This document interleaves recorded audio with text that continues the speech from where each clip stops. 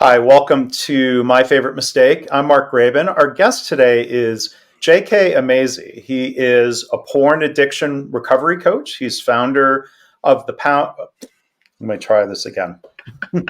Oh, let's do it again. I only do that if it's in the very beginning. All right. Take two.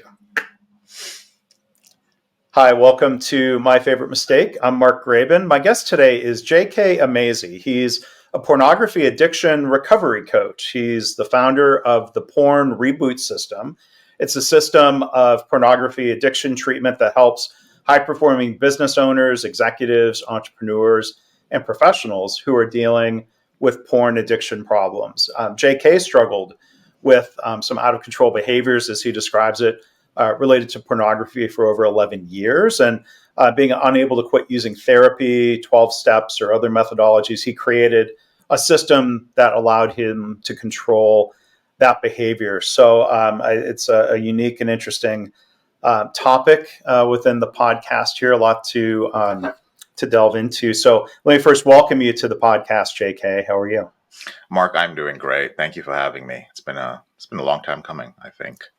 Yeah. Well, I appreciate our opportunities to chat and, previously and, to think how to frame a subject and perhaps the mistake story or other things we'll talk about with your business that we have not addressed here on the podcast. I will, if anything, try to lean into any discomfort it may sound like, I stammer through things, normally, but any discomfort that may sound like I have, we'll get through that because I appreciate your willingness to talk about this, JK, in the spirit of helping others. So with that said, enough of my yakking. We'll jump into the question at hand.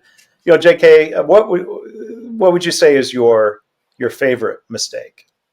Okay. So right before we began this, when we were talking about the what the possible mistakes could be for me, I mentioned that when you're a person who has a past with an addictive or compulsive behavior, it feels as if you've made so many mistakes that to find a favorite one is really difficult. But it was enjoyable to have that conversation first because I did come up with something. And at this point in my life, when I look back, my favorite mistake, was waiting too long to seek professional help for my compulsive behavior. And why, when did you discover, I guess, that you had waited too long? Looking back at it and reflecting, were there other off ramps or opportunities to seek that help? Was there a certain wake up call that led you then to seek that help? So I was exposed to pornography when I was 8 years old, and I realized when I was about 17, 18 years old that I was using it to medicate very strong emotions in my life. Whenever I felt lonely, whenever I felt a lack of intimacy, whenever I felt angry or sad, pornography was my coping mechanism. And Mark, happy to go back and talk about how it ended up that way.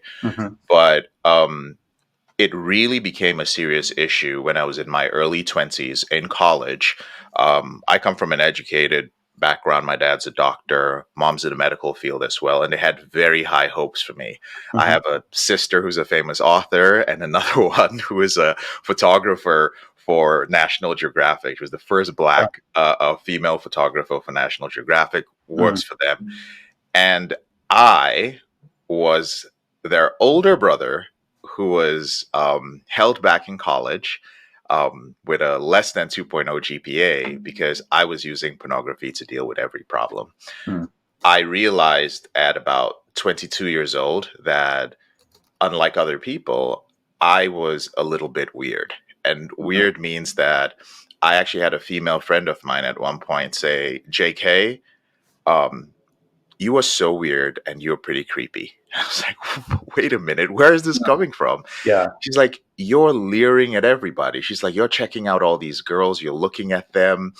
And I I was surprised because I never viewed myself as the type of guy who would be creepy and leer at women. I Mm-hmm. didn't have a girlfriend. I wasn't able to get into a relationship. I wasn't prioritizing my studies anymore. Mm-hmm. In fact, here's how my days went. I think this would help explain it a little bit better. Yeah. I would spend my days smoking weed because I was trying to run away from the reality of my life. Mm-hmm. And every evening I would go out to a bar or a club and I would try to meet up with somebody and have sex. Mm-hmm. When that didn't work out, I would come back, I would view pornography, and then since I was lacking sex in my life, I would Mm-hmm. get on a video chat site. After that, it kept escalating over the months. The video chat site would go from being on a video chat site to going on anonymous, um, looking for anonymous sex. Mm-hmm. There's a site called Craigslist, and back in the day, they had a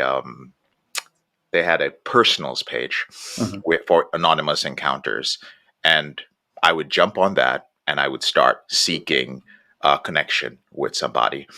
Um, and I can go into the story of exactly what happened. Would that be okay?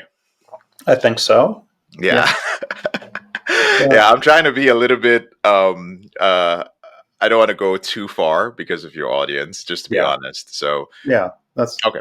One evening, after going out and doing what I usually do in the clubs, I came back and I felt a very deep sense of loneliness and depression.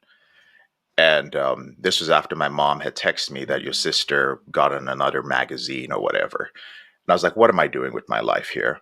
Mm-hmm. Um, Depressed, I got on a video chat site, chatted with a woman, got on the Craigslist site, and I received a message from somebody who said that she was babysitting and she was free to meet up for sex. It was about 2 a.m. I jumped in my car, still tipsy from going to the bar, Mm-hmm. and I drove out to this suburb in Wichita. It was a really rundown place. I remember this so viscerally, even as I talk about it now, because I was on my BlackBerry in my car messaging her, and she said, "Well, just give me a minute. One of the kids woke up. I'll be out in a second." It Mm-hmm. sounded so legit, so I was like, "Okay, cool." Well, and for those who are just listening, there were some finger quotes that I feel like I should point out when JK said she. Yes, she. I'll get to that too. Yeah. I'm sitting in there, and maybe because I'm tipsy, I don't put my vehicle in park. I keep it in drive. I'm sitting there excited, aroused, with adrenaline flowing through me, ready to have this crazy sexual experience. And while I'm sitting there, a shadow comes by the driver's side window. And I hear the voices of men. And next thing I remember is the driver's side window shattering in my face. Mm-hmm. And I don't know who or what it was, Mm-hmm. but I panicked and I hit the accelerator. Yeah. I end up driving through the backyard of this house, tricycles, toys, plastic pool through the other side. And I remember it was a setup, basically.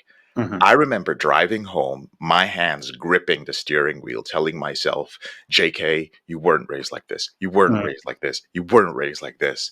I drive all the way home, and that's the moment I realized that evening that Yeah. I have an out of control behavior that could cause me to end up in jail and that could ruin my life. Mm-hmm. I'd love to say that right after that, Mark, I started working on myself and everything was happily ever after. Yeah.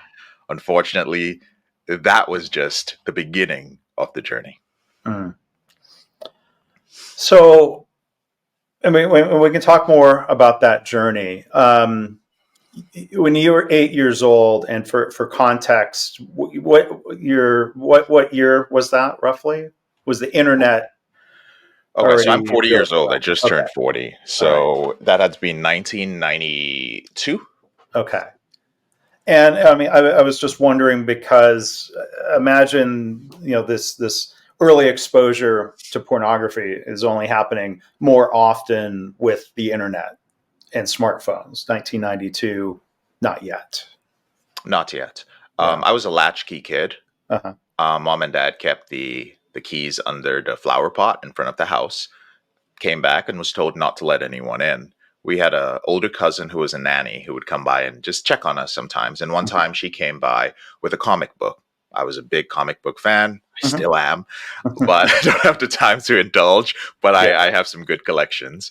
And I was determined to find out what this was. And like most kids, we'll find a way if we're determined enough. And if we're alone in the house, we'll find it. And I did. Unfortunately, it turned out to be a pornographic comic book. I Mhm. won't say anything triggering, but I will say that the theme, the story was about a young man who had gotten married and he'd brought his new bride home to meet his father. He goes out to run an errand, and the father in law ends up having sex with the bride. Mhm. I'm a person who was raised in a conservative Catholic home. Right. I was shocked at the entire thing. I also didn't know what sex was. But here's the interesting Mhm. thing, and this is where the problem begins. When it comes to pornography, it doesn't matter whether you know what sex is or not. It doesn't matter whether you're literate or illiterate. It also doesn't matter what your state of mental development is. It is very primal, and you will instantly decode it into whatever it means to you in your Mhm. reality. Unfortunately, your translation of it could end up hurting you, or worse still, end up hurting other people Mhm. if you perpetrate. And those are the more serious consequences of it. Yeah. While I was unable to get aroused, Mark, at that age, I did experience this rush. Mhm. Many years later, when I became a professional, I came to learn that that was just a rush of adrenaline and norepinephrine because it was taboo. Mhm. However, I had not felt that ever before in my life. Mhm. And I liked it. I liked the rush of doing something naughty. And Yeah. from that moment onwards, anytime I didn't get candy, anytime I wasn't allowed to stay up late, anytime I didn't get anything that a kid usually would, I would go seek nudity because Mhm. that's what I associated with it to get that Yeah. particular adrenaline high. And Yeah. that continued till I was about 13 years old and hit puberty. Then I learned what masturbation was, Yeah. and it was off to the races. And I mean, it sounds like you're describing a very stable home and kind of just coping with, I don't know if you will, very, typical childhood experiences as opposed to anything particularly traumatic. Yeah. There were some, there was a traumatic incident that was related to that.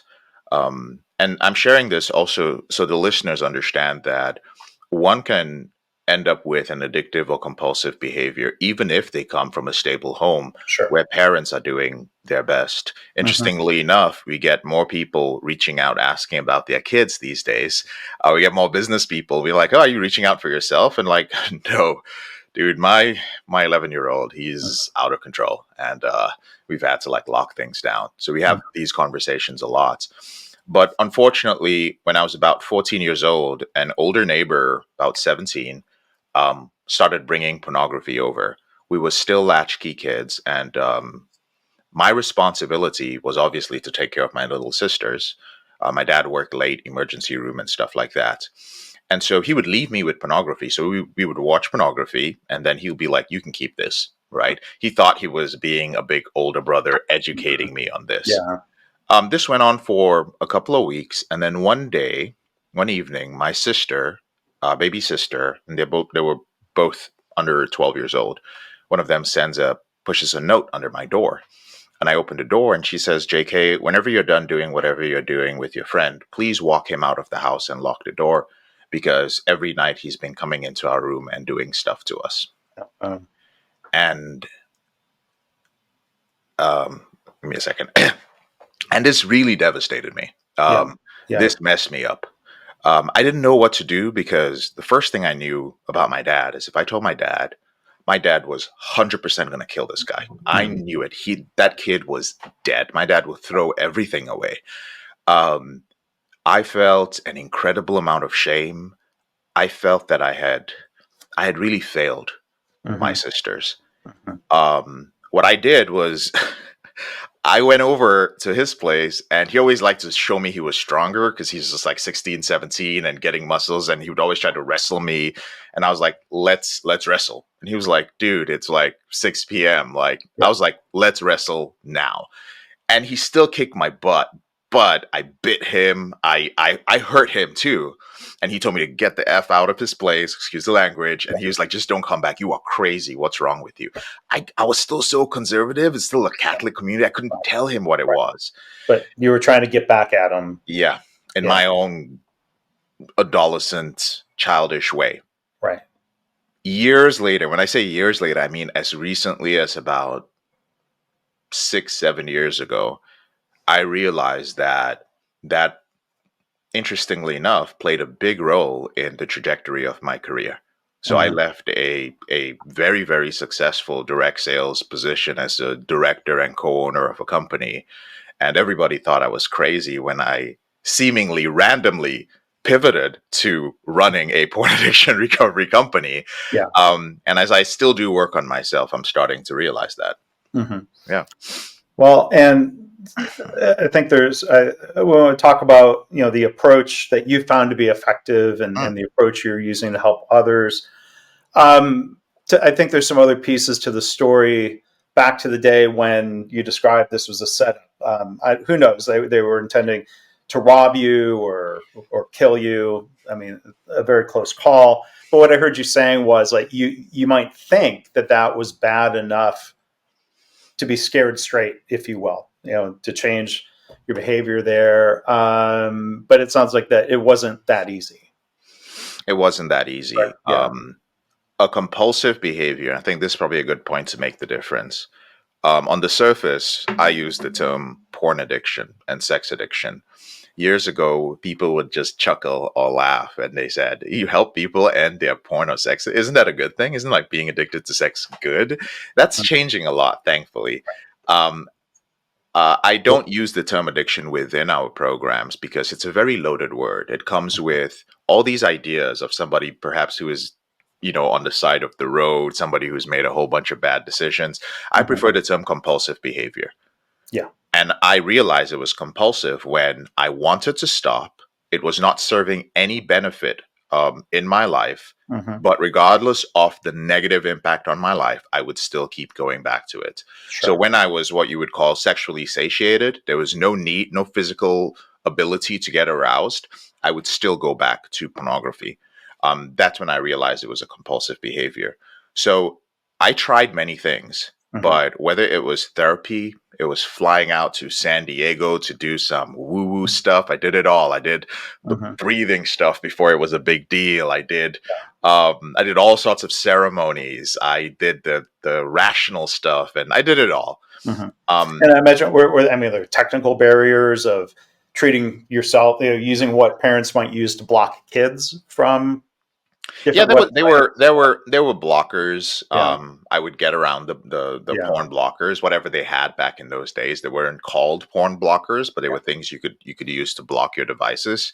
I would use lock boxes. At one very, very low point, I found myself online searching for physical chastity devices. And it might sound ridiculous to some people, but the number of grown successful men who are just like listen to the podcast and go like, bro, I did that too. That was a super low point for me. What was I doing looking up chastity belts and devices for myself? But that's how low you can go when you feel hopeless. And a lot of the hopelessness came from not being able to talk about it. Right? Back then, there weren't many people who would talk about pornography addiction. And there were many men, and there are unfortunately men today, who are getting laughed out of their therapist's office because their therapist doesn't subscribe to the belief that pornography is actually addictive. There's actually a therapeutic belief that the men who think they are addicted to pornography are actually religious men who are dealing with a lot of shame, and this is just some sort of projection in their adult life based on that. I'm surprised the therapist would laugh that out of the room, but they have a different view of saying. I guess they would frame the issue as something different. Yeah, Yeah. the laughing people out of the room is not an exaggeration. Sure. Part of our marketing in the early days was actually taking screenshots, blanking things out of where therapists had responded to clients and said that this is ridiculous, and I'm telling you for the third or fourth time that that is not the problem you have. It is Mhm. something else, and there's some other root cause. Again, air quotes that I'm using Sure. to this particular thing, but the Yeah. behavior continued. Eventually, I was not able to stay focused in school because Hmm. of the shame, the depression that came with it, Hmm. and there was a lot of isolation too. When you're Yeah. dealing with a lot of shame and you're not feeling worthy of being loved as a result of this behavior, you self isolate a Hmm. lot. You're walking around feeling self conscious. One day, a recruiter came by and said he was recruiting people to sell Bibles and educational books door to door. And for some strange reason, I thought that this is my way out of the Midwest. Hmm. And so I signed up, became an intern. I ended up working with that company for 11 years. And during those years on the road, that was where I learned and put together the methodology that is now called the Porn Reboot System. It Hmm. was while being a professional and building an organization and failing at it too that I simultaneously learned how to control my sexual behavior, which is how I ended up doing what I'm doing today. Yeah. And I'm not asking you to give away the secret sauce, or I realize this is your business to help people, but was the process of figuring out what worked a matter of trial and error? Is it influenced by anything from a realm of therapy or Yeah. counseling? Yeah. Well, first of all, there is no secret sauce. My Okay. system is available for free online. Okay. And I just want to make it clear the only thing that I and the therapist at Elevated Recovery help people do is we help you implement. Mhm. But the material is absolutely free. And that's the whole point. The point is, um, our price ranges is sometimes out of reach to many people. And there are people who were like me. They were in college. They Mhm. were just trying to make it. And if it's something that's preventing you from graduating, I don't want to charge you for it. Use Yeah. it for free Okay. and reach out and we'll see what we can do to help you. Um, it is a it's a mixture of different methodologies. I'm a traditional recovery coach, and I use the word recovery loosely in Hmm. the sense that I believe a good recovery coach should have several disciplines under their belt. So this is based on mindfulness, and I'm certified, and I literally just came back from a 10-day silent retreat, and I do one every year. Hmm. The basis of this is deep mindfulness, but also rational emotive behavioral therapy by Dr. Hmm. Albert Ellis, which I've studied, still study, and get certified in whenever something new comes out. Yeah.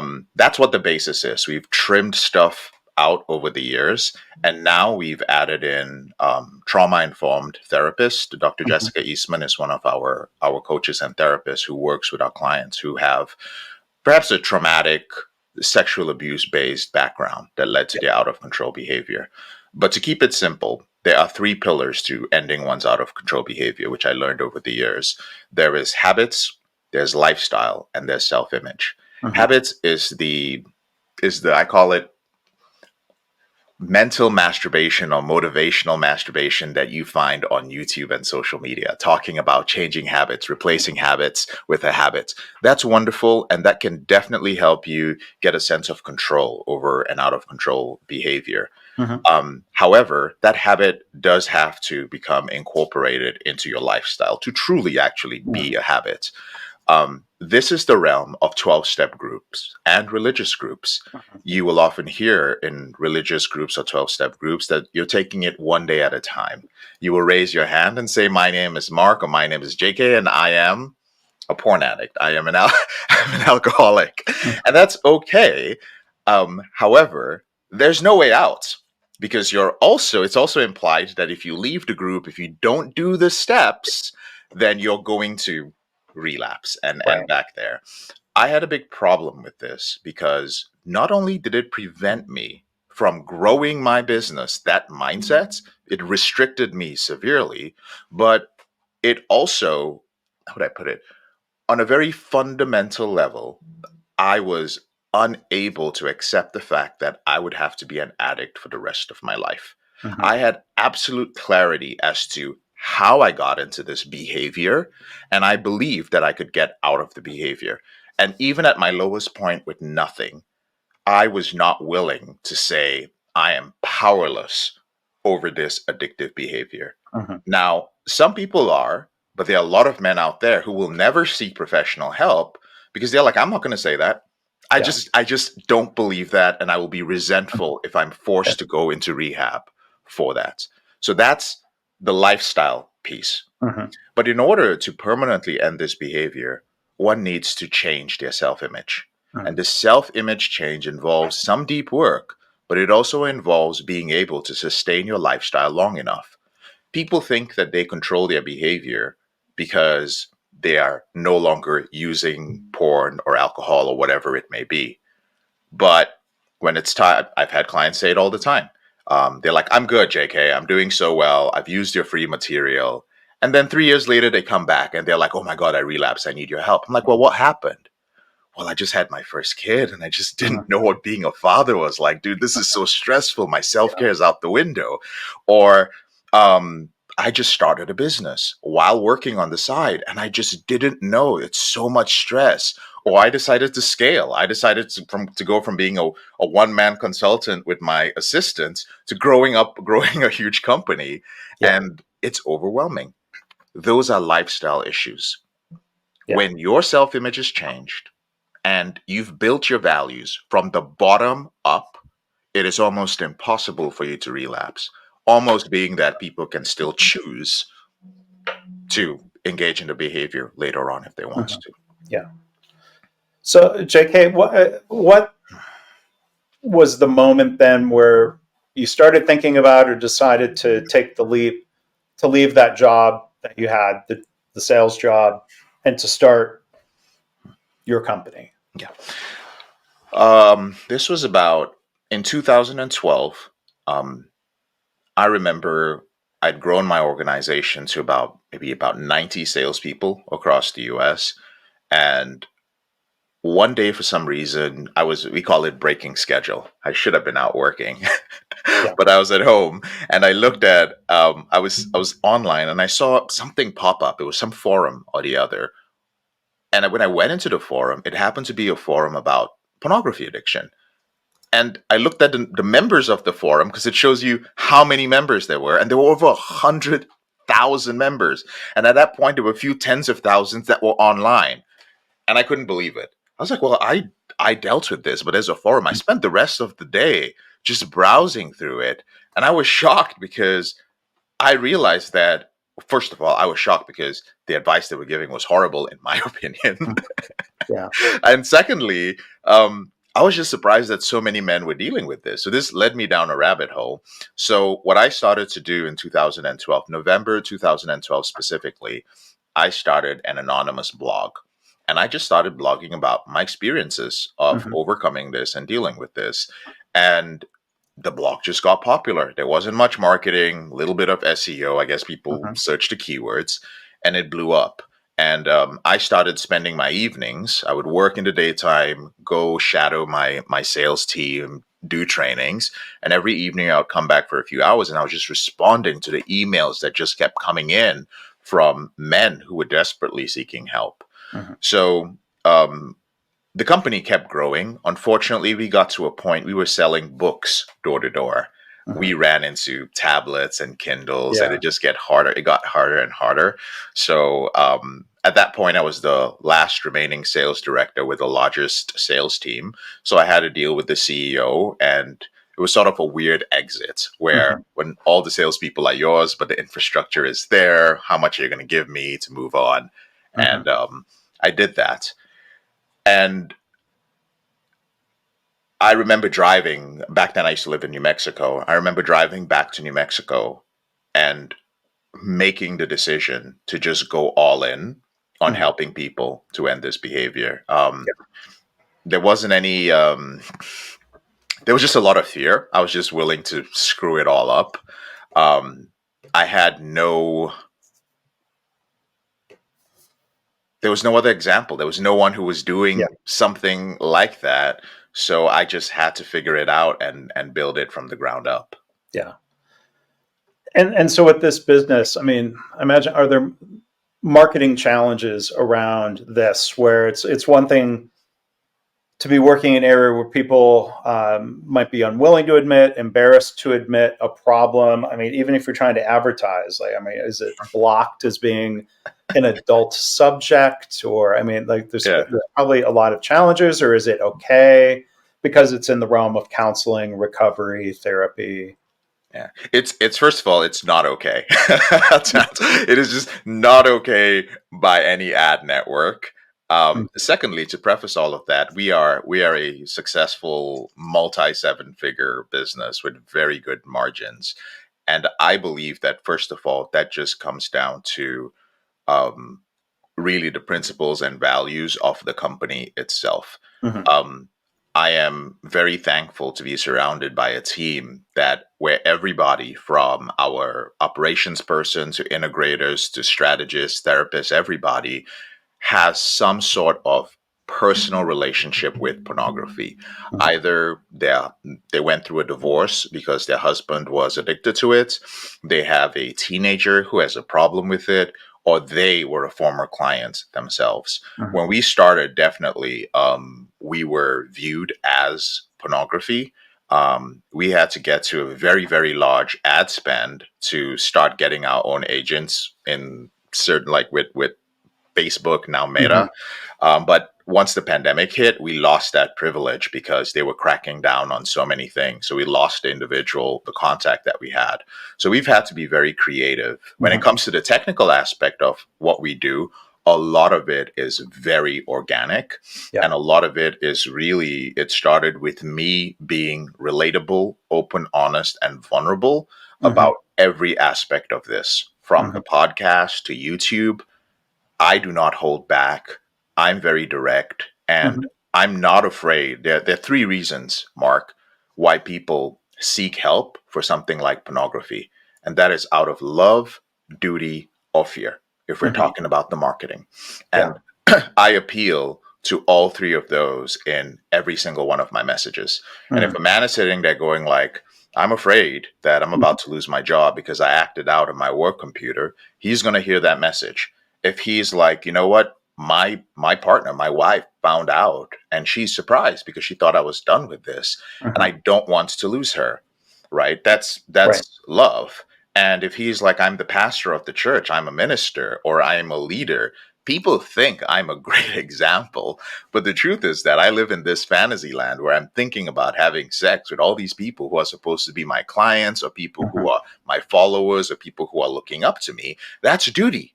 And Yeah. once you're able to go in there and press those buttons and relate to people, they'll come out and speak to you.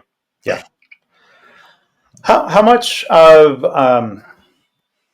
is this? You're talking about men and a male problem. Are there women Huh. that also face this addiction, and do some of them come to you and your company for help?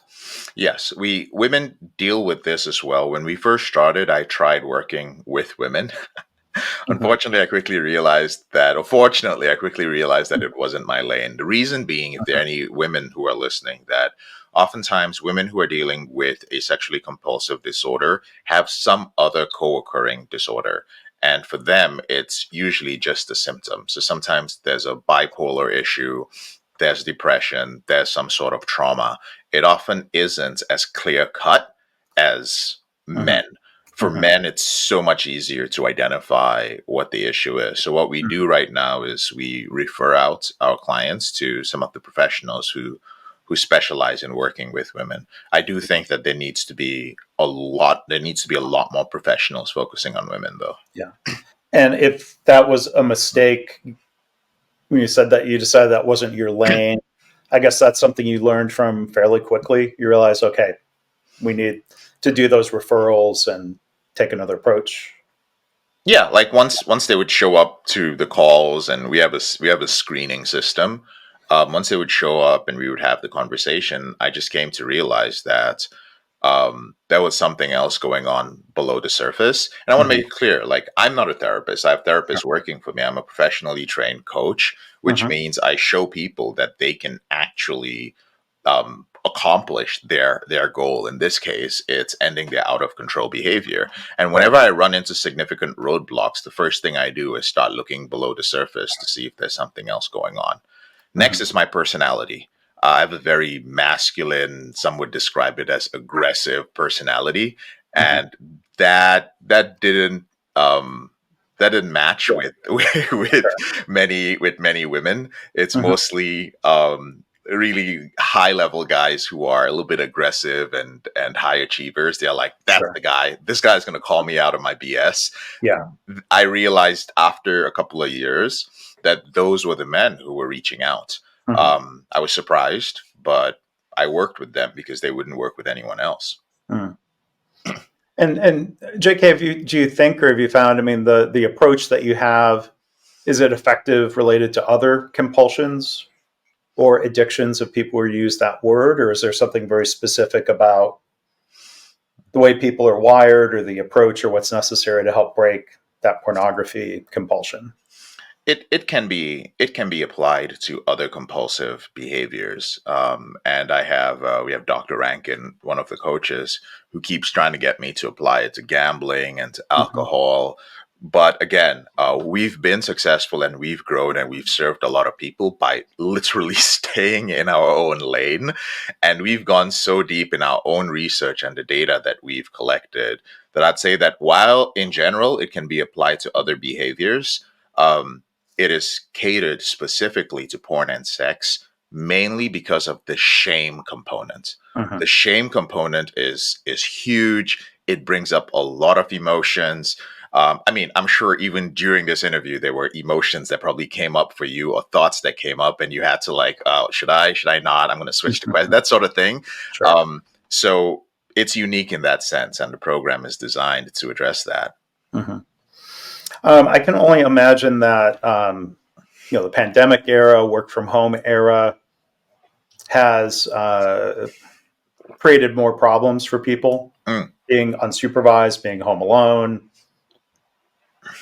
when it comes to getting themselves in trouble, I guess, with this compulsion. Getting themselves in trouble.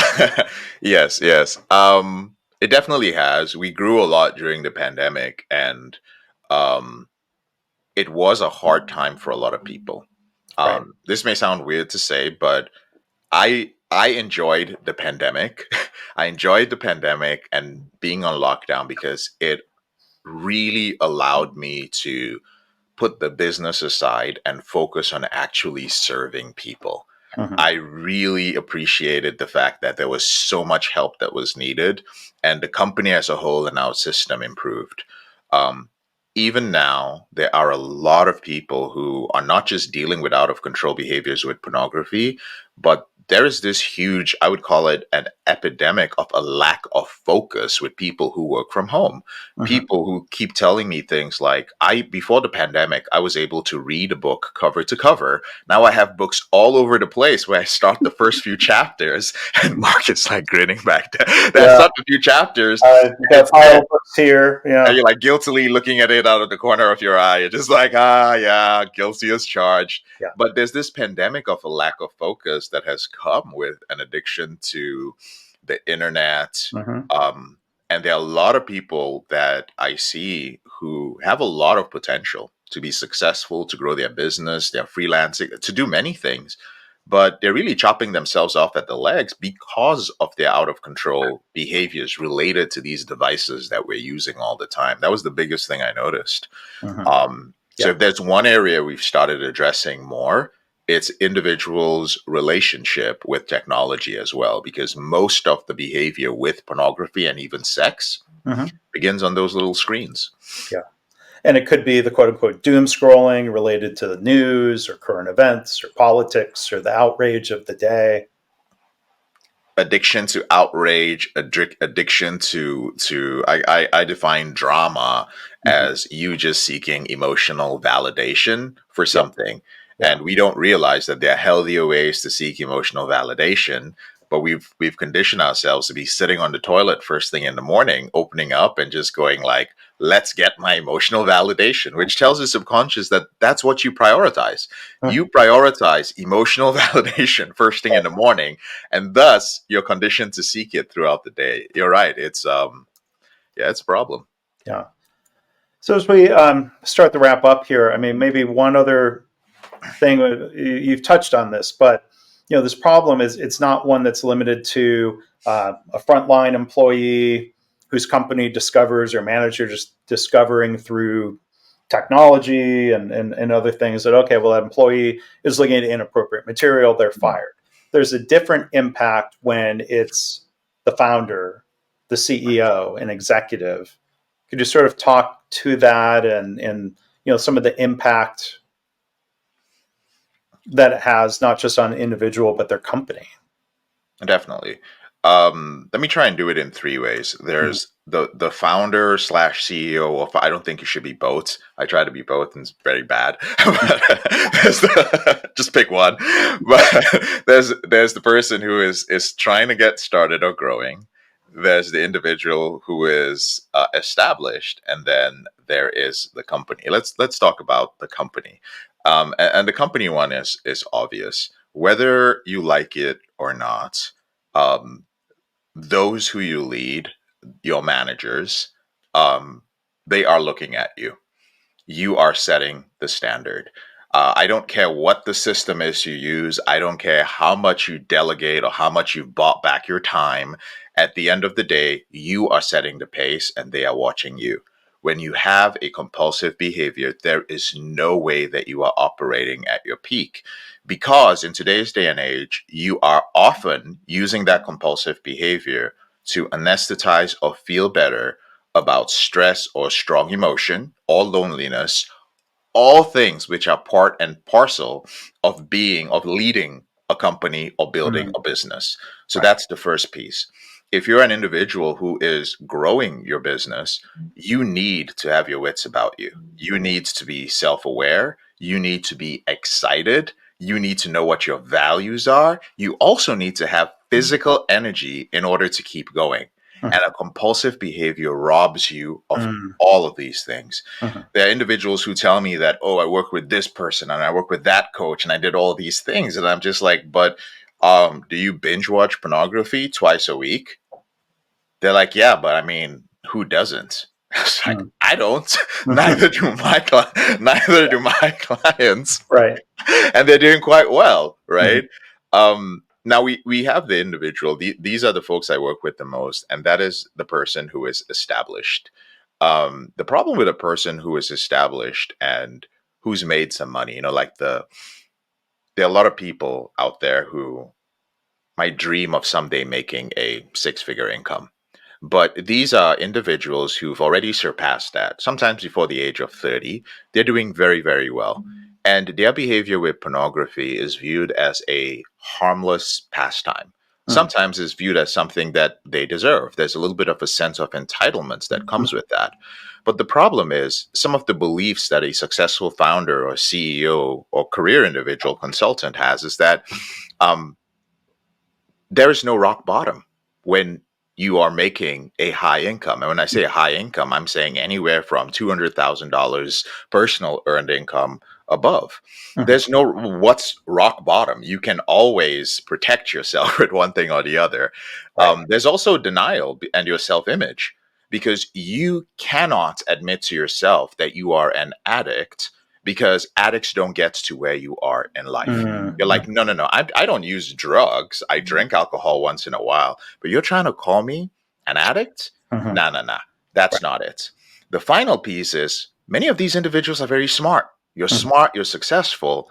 But here's the thing, you believe that the thing that got you and your company to where you are today, you believe that same grit is the same Mhm. thing that's going to help you end your out of control behavior. Right. And you get very frustrated when you try all those things and they don't work. Mhm. Boundaries don't work. Good habits don't work. Your self talk and affirmations don't Mhm. work. Talking to your high performance coach doesn't work. Speaking to your pastor isn't working.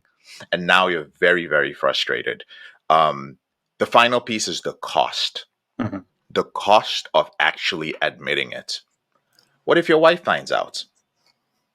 15 years ago, maybe she wouldn't care. Mhm. Now she's got a lot to lose. You've Mhm. got a lot to lose. Right.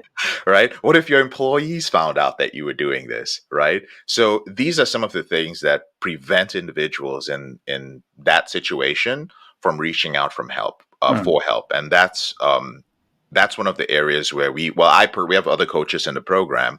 I spend most of my time working with those individuals, as even when they sit down with a therapist, the first thing that they're checking is this therapist somebody who understands my unique situation? Mhm. And like, do they understand what it's like to live my lifestyle? Are they going to judge me for a little thing I said? Are they going to Yeah. be thinking, oh, must be nice, right? Mhm. So it's rare to find a peer that you can work with when it comes to those very deep emotions, and Mhm. somebody who isn't a pushover as well. Yeah. Well, JK, thank you for sharing your story, and I think setting the example of being willing to share and turn mistakes into something positive, and working to help others. I appreciate you sharing all of that. I'll put links in the show notes to JK's company. It's elevatedrecovery.org. And I think it's worth mentioning you have a free ebook to Absolutely. offer in addition to other materials if you want to tell people about that. And I can make sure there's a link in the show notes. Yeah, we have a free ebook called Seven Secrets of Porn Free Men. And we also have a free, well, it's free, it's a podcast called the Porn Yeah. Reboot Podcast. We've got close to 600 episodes, as well as our YouTube channel called Porn Reboots, which has about 1,400 videos. All of them are tips, tactics on ending your behavior. One thing I also want to make very clear, which might be unusual, is I don't want you to apply to work with me. I really don't. Not now. Yeah. There is so much shame and so many strong emotions. We've put a lot of work into our complementary material.